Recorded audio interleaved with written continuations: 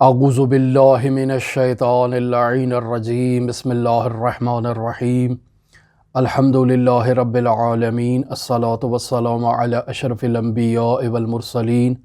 وعلی آلہ الطیبین الطاہرین المعصومین الذین اذہب اللہ عنہم الرجس وطہرہم تطہیرا اما بعد۔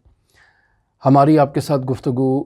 مرحوم سید ہاشم حداد کے حالات زندگی کے بارے میں گزشتہ روز آغاز ہوئی۔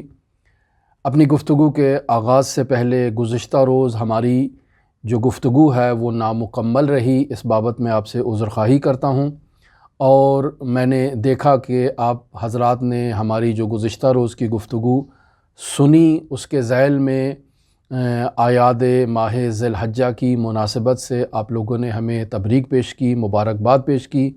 میں آپ سب کا نہایت شکر گزار ہوں، اور آپ سب کو بھی ان اعیاد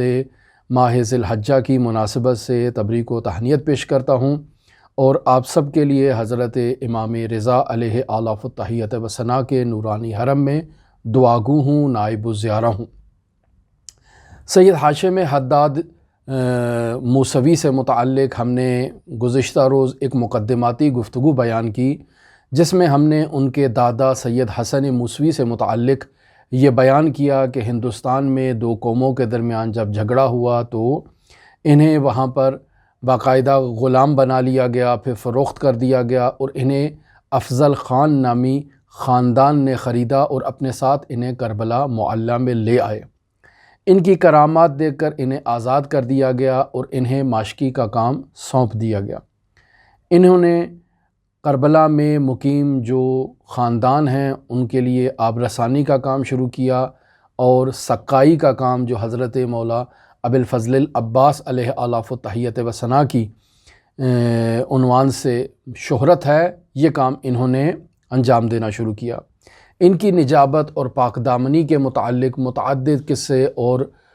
مشہور واقعات عرب میں مشہور ہیں، لیکن مرحوم سید ہاشم حداد نے اپنے جد بزرگوار سے متعلق جو باتیں نقل کی، انہیں علامہ سید محمد حسین حسینی طہرانی نے اپنی کتاب روح مجرد میں باقاعدہ مکتوب کیا۔ سید حسن موسوی کی جب کربلا میں شادی ہوتی ہے تو ان کے ہاں ایک بیٹے کی ولادت ہوتی ہے جن کا نام سید قاسم موسوی ہے، اور پھر سید قاسم موسوی کی جب شادی ہوتی ہے تو ان کے ہاں 3 بچوں کی ولادت ہوتی ہے، سید ہاشم موسوی، سید محمود موسوی اور سید حسین موسوی۔ ان میں سب سے بڑے سید ہاشم موسوی جو ہمارے مورد بحث گفتگو کا حصہ ہیں، سید ہاشم موسوی حداد ہندی۔ یہ وہ شخصیت ہیں کہ جن کے حالات زندگی، واقعات اور حکایات پر مشتمل ہم آپ سے گفتگو کر رہے ہیں، اور ہم نے اپنی گزشتہ گفتگو میں بیان کیا کہ آغا سید ہاشم موسوی کے والد کا نام قاسم تھا اور والدہ کا نام زینب تھا۔ ان کی ولادت 1318 ہجری قمری میں کربلا معلیٰ میں ہوتی ہے۔ ابتدائی تعلیم یہ کربلا میں حاصل کرتے ہیں، اور پھر اعلیٰ تعلیم کے لیے نجف اشرف عراق چلے جاتے ہیں۔ ہم نے گزشتہ گفتگو جہاں منقطع کی وہ یہی مورد بحث تھا کہ ان کی آیت اللہ سید علی آغا قاضی طباطبائی سے ملاقات کیسے ہوتی ہے۔ 2 مختلف واقعات اس سلسلے میں نقل ہوئے ہیں۔ ایک حکایت جسے علامہ سید محمد حسین حسینی طہرانی نے روح مجرد میں آغا سید ہاشم حداد سے نقل کیا ہے، ایک وہ واقعہ ہے، اور ایک واقعہ اس کے متفاوت ہے۔ میں ان دونوں واقعات کو جمع کرنے کی کوشش کرتا ہوں چونکہ دونوں قابل جمع ہیں۔ پہلا ماجرا اس طرح سے ہوتا ہے کہ آیت اللہ علی آغا قاضی طباطبائی کربلا معلیٰ میں زیارات کے لیے جاتے ہیں۔ عبادات اور زیارات سے جب خستگی ہوتی ہے تو کسی قہوے خانے میں جا کر وہاں پر چائے پینے کا ارادہ کرتے ہیں۔ وہاں جاتے ہیں اور چائے کے لیے جب بیٹھ جاتے ہیں تو سید ہاشم حداد موسوی کا وہاں سے گزر ہوتا ہے، اور دیکھتے ہیں کہ ایک سید بزرگوار، ایک سید جلیل القدر لباس روحانیت میں امامہ ابا قبا پہنے ہوئے ایک عمومی قہوہ خانے میں چائے نوش فرما رہے ہیں۔ سید ہاشم حداد موسوی وہاں جاتے ہیں اور جا کر اس سید بزرگوار سے کہتے ہیں کہ آپ ایک عالم دین ہیں، اور آپ کے شایان شان نہیں ہے کہ آپ ایک ایسی عمومی جگہ پر بیٹھ کر عام لوگوں کے ساتھ قہوہ تناول فرمائیں اور اسے نوش کریں، یہ آپ کے لیے مناسب نہیں ہے، لہٰذا آپ میرے ساتھ چلیں، میں آپ کی مہمان نوازی کرتا ہوں۔ تو آغا سید علی قاضی طباطبائی انہیں کہتے ہیں کہ میں زیارت کے لیے آیا تھا، ذکر و اذکار سے تھک گیا تو مجھے چائے کی ضرورت تھی، اور یہاں کہیں کوئی ایسی جگہ نہیں تھی جہاں پہ میں چائے پی سکوں، لہٰذا اس قہوہ خانے میں آ گیا۔ تو آغا ہاشم حداد انہیں لے جاتے ہیں، ان کی مہمان نوازی کرتے ہیں، اور پھر وہاں سے ان دونوں کے درمیان ایک قلبی صمیمی رشتے کا آغاز ہوتا ہے۔ دوسرا ماجرا جو اس ملاقات سے متعلق ہے وہ یہ ہے کہ جب سید ہاشم حداد موسوی اعلیٰ تعلیم کے لیے نجف اشرف عراق جاتے ہیں تو مدرسہ ہندیہ میں وہ داخلے کے لیے تشریف لے جاتے ہیں۔ جیسے ہی مدرسہ ہندیہ میں جاتے ہیں تو اپنے بالکل سامنے وہ دیکھتے ہیں علی آغا قاضی طباطبائی رحمۃ اللہ علیہ تشریف فرما ہے۔ سیدھا ان کے پاس جاتے ہیں، ان کے ہاتھوں کو چومتے ہیں، تو آغا علی قاضی طباطبائی انہیں کہتے ہیں کہ آپ بالآخر پہنچ گئے، اور پھر انہیں کہتے ہیں کہ آپ یہیں پر ایک کمرہ اسی مدرسے میں لے لیں اور یہیں پر قیام کریں اور تعلیم کا آغاز کریں۔ سید ہاشم حداد موسوی کربلا میں سیوطی تک پڑھے ادبیات عرب میں، لیکن نجف اشرف عراق میں انہوں نے کیا تعلیم حاصل کی اس بارے میں نہ انہوں نے کبھی کوئی بات نقل کی، اور نہ ہی آیت اللہ سید محمد حسین حسینیہ طاہرانی نے اپنی کتاب روح مجرد میں اس کا ذکر کیا۔ لیکن جو بات مسلم تھی وہ یہ تھی کہ سید ہاشم حداد موسوی مجتہد نہیں تھے، یعنی آیت اللہ نہیں تھے، کیوں؟ چونکہ وہ کسی کی خود تقلید کیا کرتے تھے اور دینی مسائل میں نہایت ہی پابند تھے، شریعت مقدسہ مطہرہ اسلامیہ کی سختی سے پابندی کیا کرتے تھے، واجبات کی ادائیگی میں، مستحبات کی ادائیگی میں، محرمات کو ترک کرنے میں، مکروہات کو ترک کرنے میں ایک شدت کے ساتھ وہ ان چیزوں کی پابندی کیا کرتے تھے، اور جو ان سے متعلق افراد تھے ان کو بھی اسی چیز کی ترغیب دلایا کرتے تھے، لہٰذا وہ مقلد تھے، مجتہد نہیں تھے۔ لیکن انہوں نے کیا تعلیم حاصل کی اس کے بارے میں آغا سید محمد حسینیہ طاہرانی نے کوئی ذکر نہیں کیا۔ پھر یہاں ہم عرض کرتے چلیں کہ آغا سید ہاشم موسوی حداد جب نجف اشرف عراق میں اس مدرسہ ہندیہ میں داخلہ لیتے ہیں تو انہیں جو کمرہ نصیب ہوتا ہے وہ آغا بحر العلوم کا کمرہ ہے، ایک جلیل القدر شیعہ عالم دین ہیں، لہٰذا یہ اس کمرے میں قیام کرتے ہیں، اور اکثر مرحوم آیت اللہ علی قاضی طباطبائی رحمۃ اللہ علیہ ان سے یہ کہا کرتے تھے کہ آج رات آپ اس کمرے کو خالی کر دیں، مجھے اس کمرے میں عبادت کرنی ہے۔ اب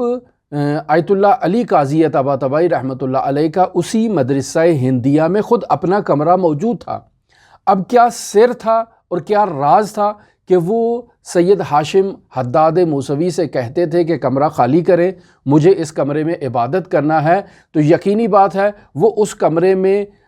سید بحر العلوم سے کوئی رابطہ برقرار کرتے ہوں گے یا کوئی نہ کوئی خاص عمل انجام دیتے ہوں گے کہ جس کے بارے میں سید ہاشم حداد موسوی نے کوئی بات ذکر نہیں کی اور نہ ہی علامہ طاہرانی نے اس کا تذکرہ کیا ہے۔ سید ہاشم حداد موسوی نے 28 سال علی قاضی طباطبائی رحمۃ اللہ علیہ سے استفادہ کیا۔ جب وہ نجف اشرف عراق میں تھے تب بھی استفادہ کیا، اور جب علی آغا قاضی طباطبائی زیارات کے لیے کربلا معلیٰ تشریف لے جاتے تو اس مدت میں بھی آغا سید ہاشم حداد موسوی ان سے رابطے میں رہتے اور ان کی پذیرائی کرتے، ان کی مہمان نوازی کرتے، چونکہ علی قاضی طباطبائی کا قیام کربلا معلیٰ میں سید ہاشم حداد موسوی کے گھر پہ ہوا کرتا تھا۔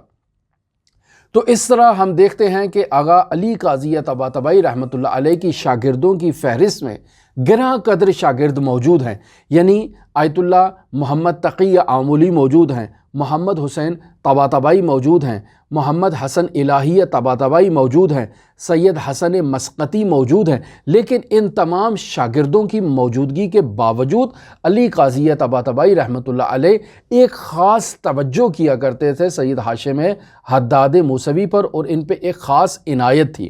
اور وہ ان کے باطنی مقامات کو، ان کے عرفانی مقامات کو بخوبی جانتے تھے، لہٰذا اپنے دوسرے شاگردوں کو ان کا تعارف بھی اس طرح سے کھل کر نہیں کرواتے تھے تاکہ کوئی ان کے مزاحم جا کر نہ ہو۔ سید ہاشم موسوی سے متعلق ہم آپ کی خدمت میں بیان کر چکے کہ وہ فقہی اور شرعی احکام کی شدت کے ساتھ پابندی کیا کرتے تھے، مستحبات کی ادائیگی، مکروہات سے اجتناب، ان کا خاص خیال رکھا کرتے تھے، اور خود ایک نورانی شخصیت کے مالک تھے سید ہاشم حداد موسوی رحمۃ اللہ علیہ۔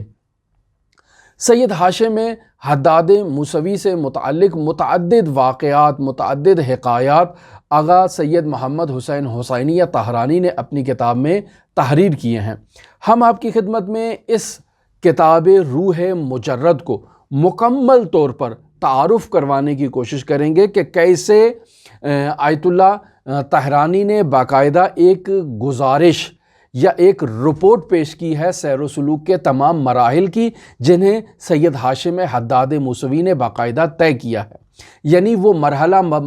بمرحلہ وہ تمام سلوک کا سفر جو سید ہاشم حداد موسوی نے طے کیا، علامہ محمد حسین حسینیہ طہرانی نے باوجود اس کے کہ خود ایک عارف ہیں، خود ایک سالک ہیں، خود ایک نامور چوٹی کے فیلسوف ہیں، مجتہد مسلم ہیں، لیکن ان تمام واقعات کو انہوں نے اپنی زندگی کے آخری ایام میں باقاعدہ مکتوب کیا، اور یہ کتاب روح مجرد تقریباً 3 ماہ کے عرصے میں تحریر کی گئی، یعنی 90 دن کے عرصے میں انہوں نے سیر و سلوک پر یہ ایک جامع گراں قدر کتاب جو ہے وہ تحریر کی، تاکہ وہ افراد جو سید ہاشم حداد موسوی کے سیر و سلوک اور عرفانی جو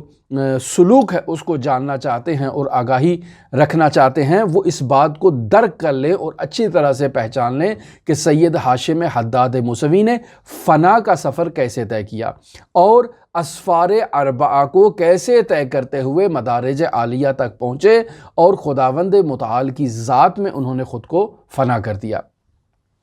اگر ہم انہی واقعات کا جائزہ لیں تو ہم دیکھتے ہیں کہ سید ہاشم حداد موسوی مستحبات کی شدت کے ساتھ پابندی کیا کرتے تھے، تاکید کیا کرتے تھے۔ آیت اللہ طہرانی کہتے ہیں کہ وہ مجھے جب مسح کرتے دیکھتے کہ میں اپنے پاؤں کو ہوا میں معلق کرتے ہوئے پاؤں کا مسح کر رہا ہوں تو مجھے روکتے، اور آ کر کہتے کہ اپنے پاؤں کو کسی ثابت اور پختہ جگہ کے اوپر رکھو، بعد میں اس کا مسح کرو، چونکہ جس قدر بھی تم اپنے پاؤں کو کنٹرول کرو، یہ احتمال پایا جاتا ہے کہ تمہارا ہاتھ اس پاؤں پر مسح کرنے کی بجائے ممکن ہے تمہارا پاؤں حرکت میں آئے اور وہ ہاتھ کے نیچے سے گزر جائے، تو اس طرح سے تم نے پاؤں کا مسح نہیں کیا بلکہ تمہارے پیروں نے جو ہے وہ ہاتھ کا مسح کیا ہے، اور اس طرح سے وضو باطل ہے۔ ایک اس قسم کی جو ہے نا وہ خاص توجہ رکھا کرتے تھے، یا مثلاً فرماتے ہیں کہ مجھے کہا کرتے تھے کہ اپنا لعاب دہن جسے ہم تھوک کہتے ہیں، اسے تم جو ہے وہ واش روم میں نہیں ڈالا کرو۔ کیوں؟ چونکہ یہ انسان کے بدن کا حصہ ہے اور ایک جزو ہے، اسے باہر اس انداز میں جو نجاسات ہیں، جو قاذورات ہیں، ان کے ساتھ مکس نہیں کرنا چاہیے۔ لیکن انسان کے جو ناک کا پانی ہے، انسان کے جو سینے میں بلغم ہوتی ہے جسے انسان باہر تھوکتا ہے اور باہر پھینک دیتا ہے، یہ قاذورات ہیں، انہیں نجاسات کے ساتھ اگر مکس کر دیا جائے تو اس میں کوئی حرج نہیں ہے، ان کی جگہ وہی ہے، لیکن انسان کا لعاب دہن جو ہے یہ نجاست کے ساتھ مکس نہیں ہونا چاہیے۔ یا انسان جب وضو کرتا ہے تو اس وضو کے پانی کو اس نجاست کے ساتھ مخلوط نہیں ہونا چاہیے، لہٰذا انسان نے اگر وضو کرنا ہے، کلی کرنی ہے، لعاب دہن کو پھینکنا ہے تو اسے واش روم کے پانی کے اندر مکس نہ کرے، اسے کسی کیاری میں یا باہر کسی ایسی جگہ پر وضو کرے کہ جہاں یہ پانی مکس نہ ہوتا ہو قاذورات کے ساتھ۔ یعنی اس قدر دقت کیا کرتے تھے سید ہاشم حداد موسوی رحمۃ اللہ علیہ۔ یا فرماتے تھے کہ مستحب صدقات جب آپ ادا کرتے ہیں تو اپنے پاکیزہ ترین مال سے آپ صدقات کو ادا کریں،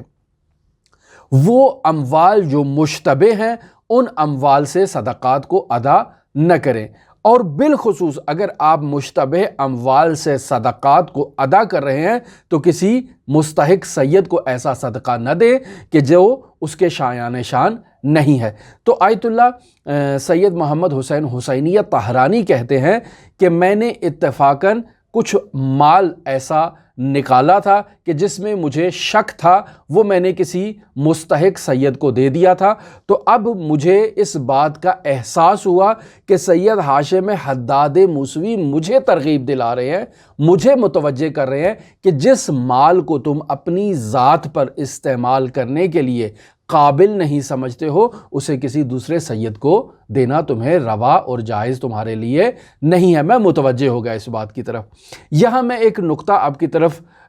بیان کرنا ضروری سمجھتا ہوں کہ صدقات سادات کے اوپر حرام ہیں، لیکن وہ صدقہ جو سید نکالتا ہے وہ کسی دوسرے مستحق سید کو دے سکتا ہے، لیکن غیر سادات کا واجب صدقہ جو ہے وہ سادات کو نہیں جا سکتا ہے۔ جیسے فطرہ ہے، زکوٰۃ فطرہ خود صدقات میں سے ہے، یہ آپ سادات کو نہیں دے سکتے اگر آپ غیر سید ہیں، لیکن اگر کسی سید نے زکوٰۃ فطرہ نکالی ہے تو یہ سید اس زکوٰۃ فطرہ کو جو اس کی اپنی زکوٰۃ ہے کسی دوسرے سید کو دے سکتا ہے، لیکن اگر یہ سید کسی غیر سید کی زکوٰۃ فطرہ نکال رہا ہے تو اس زکوٰۃ فطرہ کو وہ کسی سادات کو نہیں دے سکتا ہے۔ یہ فقہی مسائل ہیں، انہیں انشاءاللہ آپ لوگوں نے پڑھا ہوگا اور ان کے بارے میں آپ کو معلومات ہوں گی۔ تو سید ہاشم حداد موسوی اس قدر ان مسائل میں دقت کیا کرتے تھے اور ان کی رعایت کیا کرتے تھے۔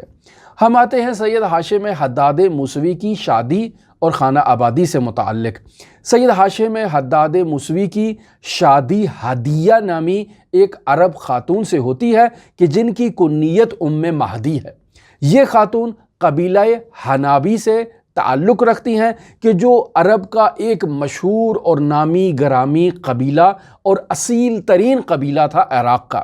ان کی سسر کا نام ابو عمشہ تھا اور ان کی ساس کا نام نجیبہ تھا۔ یہ میں اس وجہ سے ذکر کر رہا ہوں کہ کہیں ہماری آگے گفتگو میں ان کے اسامی ممکنہ ذکر ہوں تو اس وقت آپ کے ذہن میں یہ بات معلوم ہو کہ یہ ساس سسر ہیں سید ہاشم حداد موسوی سے متعلق۔ خود یہ قبیلہ جنابی جو ہے یہ عرب کا ایک نہایت ہی غیرت مند قسم کا قبیلہ ہے۔ اس قبیلے کی یہ روش ہے اور یہ رسم ہے کہ وہ اپنے قبیلے کی خاتون کو قبیلے سے باہر نکاح میں نہیں دیتے اور باہر سے بھی کسی خاتون سے شادی کر کے اسے اپنے قبیلے میں مکس نہیں کرتے، یہ ایک ان کی روٹین تھی۔ لیکن سید ہاشم حداد موسوی کی زوجہ ام مہدی، ان کی شادی جو ہے وہ سید ہاشم حداد موسوی سے ہو جاتی ہے جن کا قبیلہ جنابی سے کوئی تعلق نہیں ہے۔ ایسے میں جب ان کے بچے ہوتے ہیں تو یہ خاتون یعنی ہدیہ یعنی ام مہدی باقاعدہ بچوں کے جو شناختی کارڈ وغیرہ ہیں ان کی جو ہے وہ تیاری کے لیے باقاعدہ آفس میں رجوع کرتی ہیں۔ جب رجوع کرتی ہیں تو چونکہ ان کے قبیلے کے اکثر لوگ جو ہیں وہ سرکاری پوسٹوں پر فائز تھے، تو جس دفتر میں یہ جاتی ہیں تو وہاں جو آفیسر ہوتا ہے وہ انہیں دیکھ کر کہتا ہے، انہیں پہچان کے کہتا ہے کہ یہ قبیلہ جنابی سے تعلق رکھتی ہیں۔ انہیں کہتا ہے کہ تم نے یہ کیا کام کر دیا ہے کہ تم ایک ایسے غریب گمنام ہندی اور ایسے سید سے تم نے شادی کر لی ہے جس کا کوئی حسب نسب نہیں ہے۔ تو ایسے میں یہ خاتون نہایت ہی غصے میں آتی ہیں اور اس آفیسر سے مخاطب ہو کر کہتی ہیں کہ اس سید کا حسب نسب نہیں ہے جو اولاد علی سے ہے، جو اولاد بطول سے ہے، جو اولاد زہرا سے ہے، تم کہہ رہے ہو اس کا حسب نسب نہیں ہے۔ تم اپنا حسب نسب مجھے بتاؤ، تمہارا حسب نسب کیا ہے؟ تم 100 سال پہلے بتا سکتے ہو کہ تمہارے اجداد کون تھے؟ کیا تم 1000 سال پہلے بتا سکتے ہو کہ تمہارے اجداد کون تھے؟ کیا تم 1400 سال پہلے بتا سکتے ہو کہ تمہارے اجداد کون سے؟ تمہارا حسب نسب نہیں ہے، اس کا تو حسب نسب واضح ہے، یہ اولاد علی و بطول سے ہے، تم اسے کہہ رہے ہو۔ تو یہ بات سن کر وہ آفیسر نہایت شرمندہ ہوتا ہے اور اس خاتون سے اپنی اس گستاخی کی معذرت کا وہ مطالبہ کرتا ہے۔ اس نجیب خاتون کے ساتھ سید ہاشم حداد موسوی کی جو شادی ہوتی ہے تو اس شادی کا ثمرہ اور نتیجہ جو ہے وہ جو اولاد کی صورت میں ظاہر ہوتا ہے تو ان کے پہلے بیٹے کا نام سید مہدی موسوی, دوسرے بیٹے کا نام سید قاسم موسوی, تیسرے بیٹے کا نام سید حسن موسوی, چوتھے بیٹے کا نام سید صالح موسوی, پانچویں بیٹے کا نام سید برہان موسوی, چھٹے بیٹے کا نام سید عبد الامیر موسوی تھا, اور ان کی ایک بیٹی بھی تھی جن کا نام زہرا تھا. سید ہاشم حداد موسوی کی 2 بیٹیاں تھیں جو 2 سال کی عمر میں ہی ان کا انتقال ہو گیا. ایک بیٹی کا نام فاطمہ تھا اور ایک بیٹی کا نام بیگم تھا. یہ جو 2 بیٹیاں تھیں فاطمہ اور بیگم, ان دونوں ناموں کو زہرا کے اوپر بھی رکھا جاتا تھا. یعنی یہ جو زہرا اکلوتی بیٹی ان کی زندہ باقی بچی, اسی زہرا کو کبھی فاطمہ بھی کہا جاتا تھا اور کبھی بیگم بھی کہا جاتا تھا. اور اس کی وجہ کیا تھی؟ وجہ یہی تھی کہ ان کی 2 بیٹیاں بچپن میں 2 سال کی عمر میں ان کا انتقال ہو چکا تھا. سید ہاشم حداد موسوی اس واقعے کو آغا طہرانی کے لیے نقل کرتے ہیں کہ جب میری پہلی بیٹی کا انتقال ہوا بیگم, تو اس کا جب انتقال ہوا تو اس وقت, اس دور میں, اس زمانے میں ایک ایسی کیفیت سے گزر رہا تھا سیر و سلوک کی کہ میرے لیے موت اور حیات میں کوئی فرق نہیں تھا. لہٰذا میں اس فرق کو درک نہیں کر پا رہا تھا. میری ایک ایسی کیفیت تھی. اور میرے سسر جو ابو عمشہ ہیں وہ نہایت ہی گریہ کیا کرتے تھے, نہایت ہی رو رہے تھے. وہ میرے ساتھ اس بچی کے جسد کو لے کر ہاسپٹل میں آئے. وہاں پر باقاعدہ انہوں نے اس کا ٹریٹمنٹ کروایا, چیک اپ کروایا, کنفرم ہوا کہ یہ بچی فوت ہو چکی ہے. اسے غسل خانے میں لے کر آئے کفن دفن کے مراحل کے لیے. اس تمام مدت میں یہ ابو عمشہ جو ہے وہ زارو قطار رو رہا ہے, جبکہ میں اسے دیکھ رہا ہوں کہ یہ شخص کیا کر رہا ہے. یعنی میرے لیے یہ کیفیت مشخص نہیں تھی کہ یہ زندہ ہے یا مر گئی ہے, چونکہ میں موت و حیات کی ایک ایسی کشمکش سے گزر رہا تھا. سید ہاشم حداد موسوی مزید نقل کرتے ہیں کہ میرا سسر مجھے دیکھ کر جو ہے وہ مجھے تانے دے رہا تھا کہ یہ کس قدر سنگ دل انسان ہے. اسے چھوٹی بچی کے انتقال پہ ذرہ بھی اس کے وجود میں تبدیلی نہیں آئی ہے, ذرا بھی غم کے آثار اس کے وجود میں مرتب نہیں ہو رہے ہیں. وہ مجھے تانے دے رہا تھا لیکن مجھے اس کی ان باتوں کا کوئی احساس نہیں ہو رہا تھا. یہ ہماری بچی انتقال کر گئی تو اسے تدفین کیا گیا, یہ مرحلہ گزر گیا.